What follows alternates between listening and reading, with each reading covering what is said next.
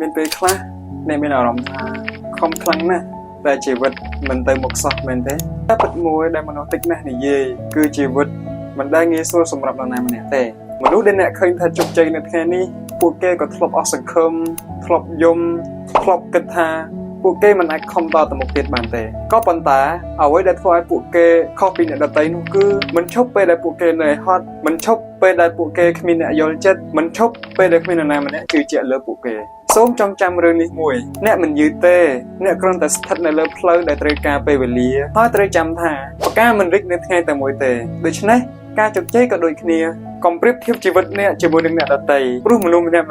មាននាឡិកាជីវិតខ្លួនឯងអ្វីដែលអ្នកធ្វើគឺកែលម្អខ្លួនអ្នកជារៀងរាល់ថ្ងៃតិចតួចក៏ដោយថ្ងៃនេះអ្នកអាចហត់នឿយតែសូមកុំបោះបង់ព្រោះថ្ងៃណាមួយអ្នកនឹងអរគុណខ្លួនឯងដែលមិនឈប់នៅថ្ងៃនេះ